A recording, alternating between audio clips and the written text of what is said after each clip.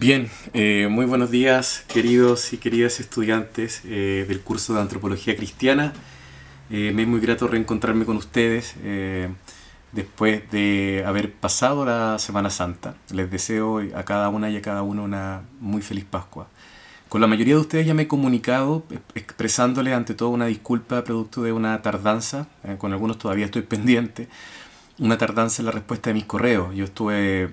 Lamentablemente tuve que mudarme de casa y eso significó no solo un cambio grande, sino también el estar sin internet por varios días. Y tengo esa dificultad de conexión porque estoy en estos momentos viviendo en un sector rural, así que les pido mil disculpas por las tardanzas que puede de pronto ocasionarles, pero estoy siempre atento y tratando de estar poniéndome al día lo antes posible. Y de hecho, creo que hoy ya estaré en condiciones de decir que misión cumplida, que he podido darle respuesta a la mayoría de los correos. Ojalá hoy día a la noche ya esté todo marchando, digamos, a tiempo, que es lo que más me importa.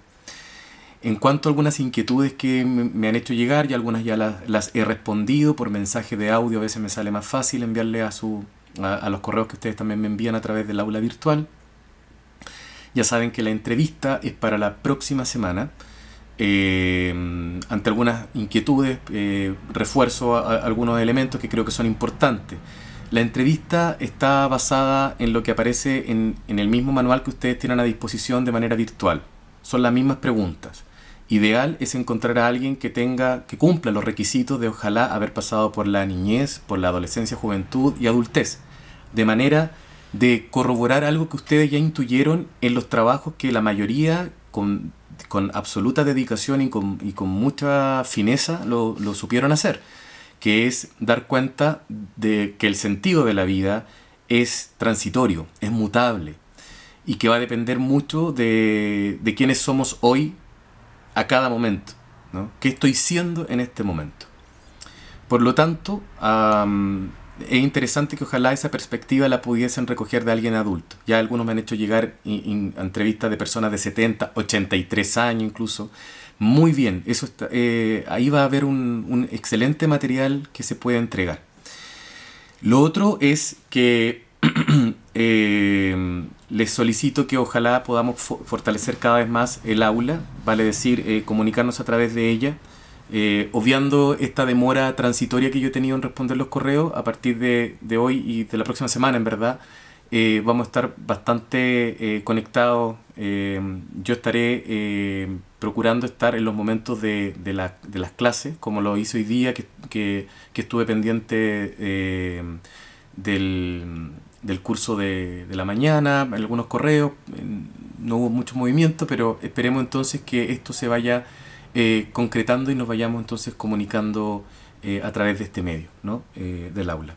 Y sobre la inquietud también de algunos de si iba a seguir siendo esta la modalidad, subir un video a YouTube y interactuar a través o de comentarios o por el aula virtual, va a continuar siendo esta, porque hay algunos que me han pedido y que incluso me han manifestado que les acomoda, producto que al no ser una clase sincrónica, pueden también tener la libertad de ocupar el tiempo en, en alguna otra situación que amerite en este minuto por la contingencia que estamos viviendo, o porque la realidad de algunos es que tiene que compartir también el computador, a veces el internet, y bueno, eso es algo que también tengo que considerar, y por eso me parece mucho mejor que el video esté siempre a disposición de ustedes, y ustedes cuando estén con las condiciones favorables lo puedan ver. Ojalá, ciertamente, antes de la clase que va a venir a continuación.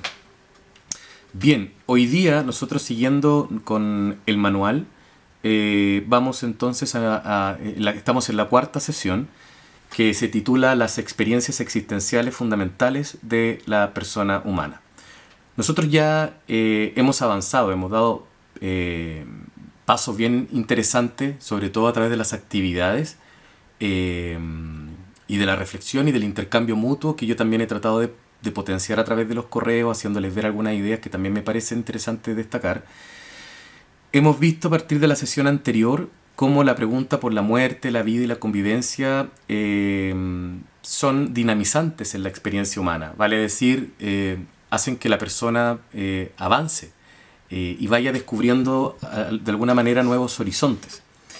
Esta pregunta ha sido transversal no solo en este tiempo, ¿no? Sino que desde siempre, y por lo tanto atraviesa la historia, desde el mundo griego, pasando por el paradigma cristiano, pasando por el paradigma moderno del tiempo de la Ilustración y hasta llegar al momento actual.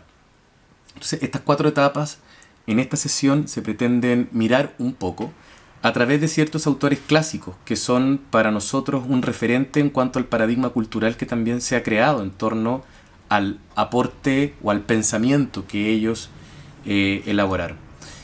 Por una parte, ustedes van a profundizar, tienen ahí en el manual, en la página 37,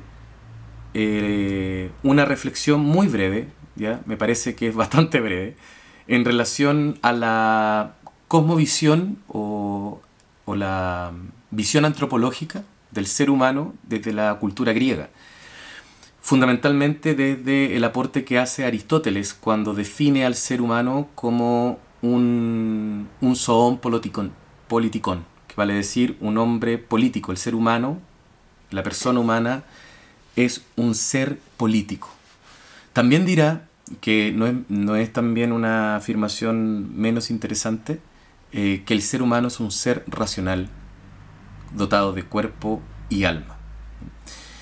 Cuando Aristóteles se pregunta por el ser humano, viene a ser esto un fenómeno que responde al traslado que hace la filosofía griega desde la pregunta sobre el cosmos, sobre el origen del universo, hacia la pregunta sobre el hombre, ¿no? Es interesante cómo se desplaza el centro, el tópico, llegando entonces para los filósofos griegos una preocupación por la pregunta de qué es el ser humano, quién es el ser humano, qué es el hombre. Y para el hombre griego, en particular para Aristóteles, el hombre es un ser político. Y eso de alguna manera define no solo el lugar del hombre dentro de la sociedad, sino que lo que el ser humano tiene como vocación, ¿no?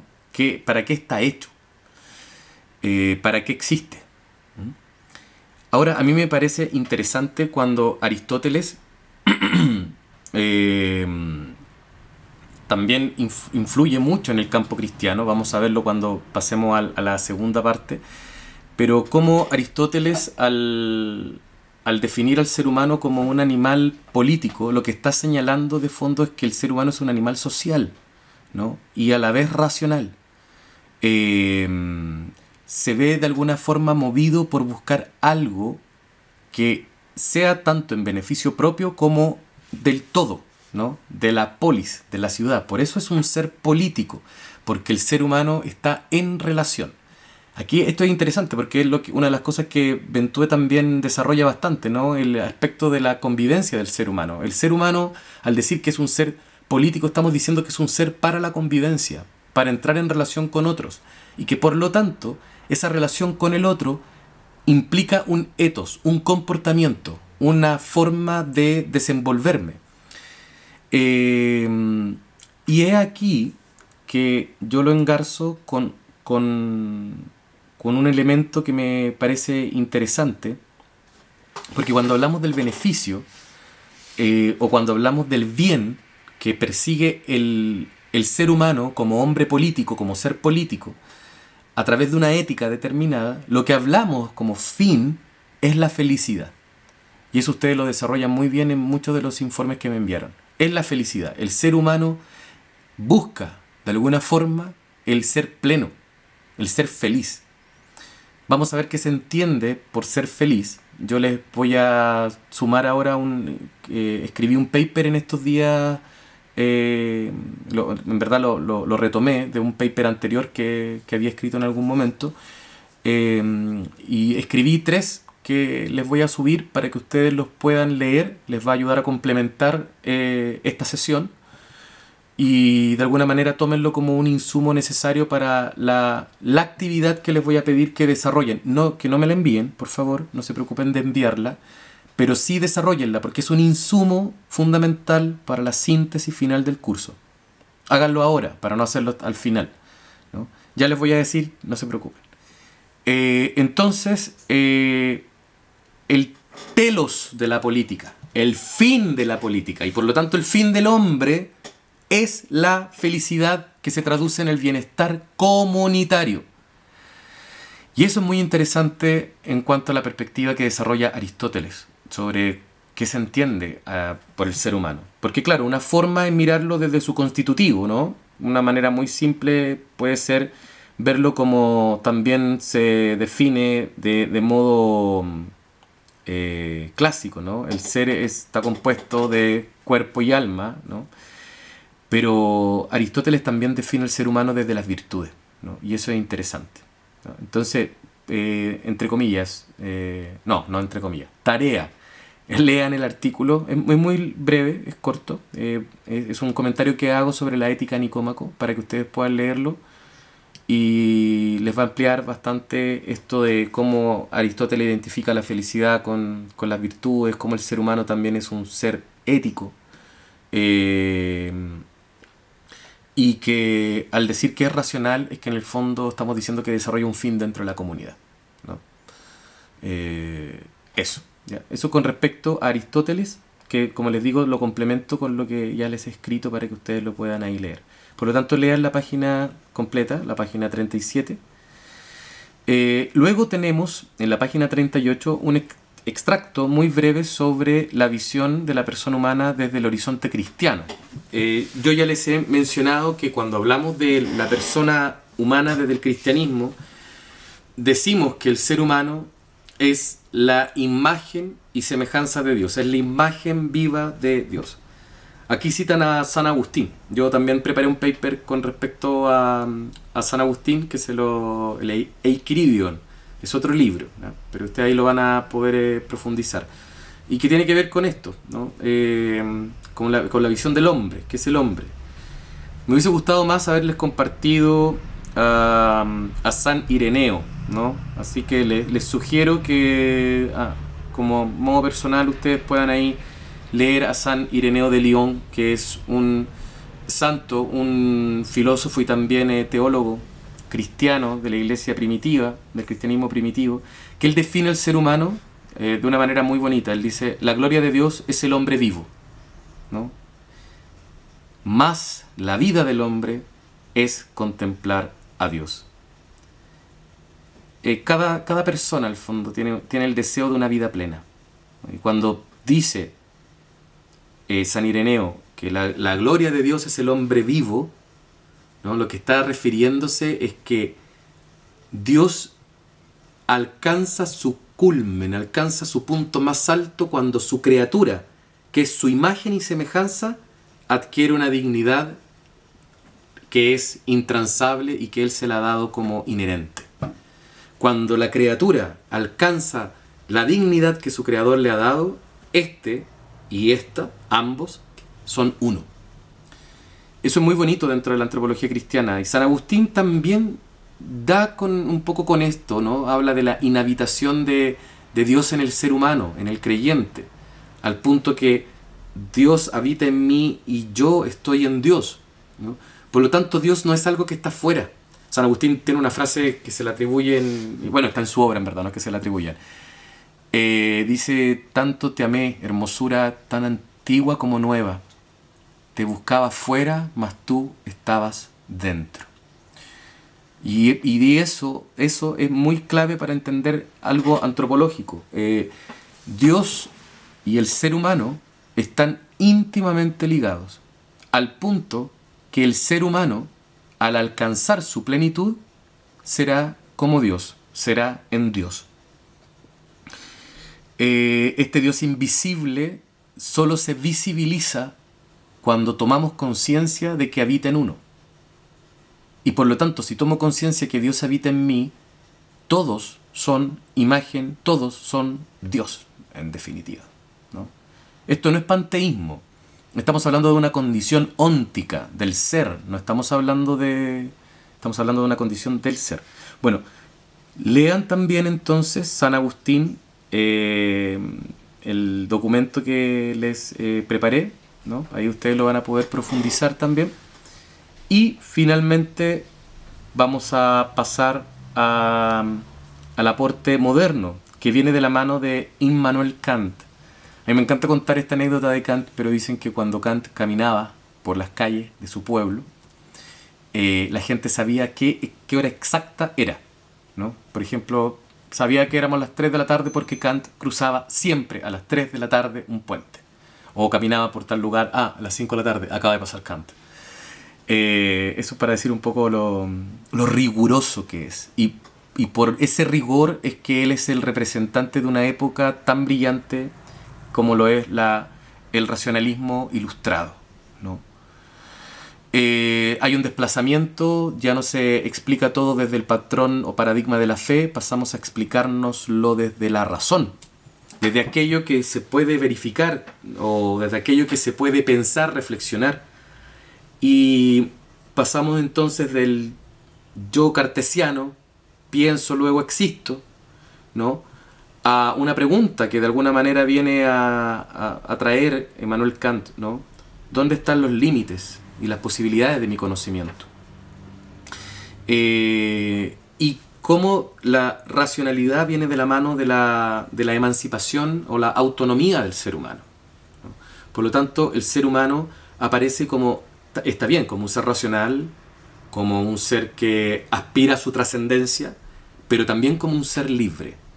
Y como un ser que además debe conducir esa libertad hacia un bien común.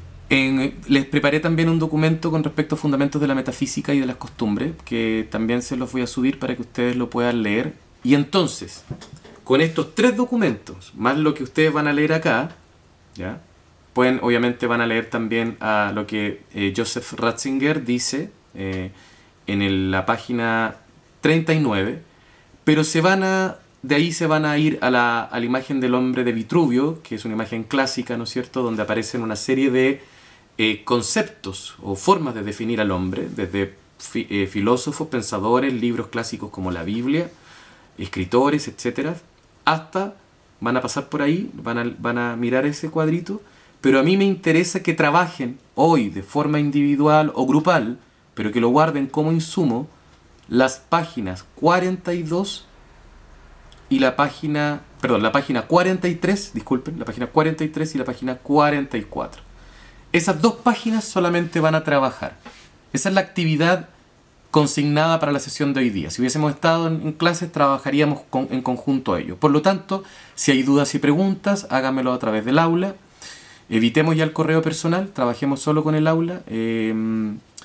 Y trabajen entonces en esas 2 páginas, solamente en esas 2 páginas, sin enviármelo. Yo les voy a pedir de eso, lo vamos a cruzar, lo vamos a transformar en un insumo para la síntesis final del curso. Por ahora les dejo una tarea que espero que sea amable, olvidándonos la que recién les doy, que vean, concéntrense también en la página 45 cuando se les invita a ver la película En búsqueda de la felicidad, ¿ya? Esta película que seguramente alguno ya la ha visto, pero vuélvanla a ver, con Will Smith. Es una gran película y la vamos a trabajar en la próxima clase, por lo tanto traigan este insumo hecho. Entonces, para recapitular, vamos a ver el pensamiento sobre la pregunta del ser humano, sobre la pregunta de quién es el hombre, a partir del paradigma griego, del paradigma cristiano, de la época de la racionalidad ilustrada y del mundo moderno a través del pensamiento, contemporáneo, a través del pensamiento de Joseph Ratzinger. Yo les preparé solo 3 insumos que me parecen interesantes para que sean trabajados e incorporados en el trabajo que ustedes tienen que desarrollar entre las páginas 43 y 44. Y quedan invitados a ver la película En búsqueda de la felicidad, que será desarrollada en la próxima clase que tendremos a través del aula virtual. Cualquier duda, cualquier consulta, me la hacen llegar entonces. Quedamos en contacto y espero que tengan un muy buen fin de semana. Descansen y cualquier consulta entonces amplía siempre este espacio de clase. Que estén muy bien.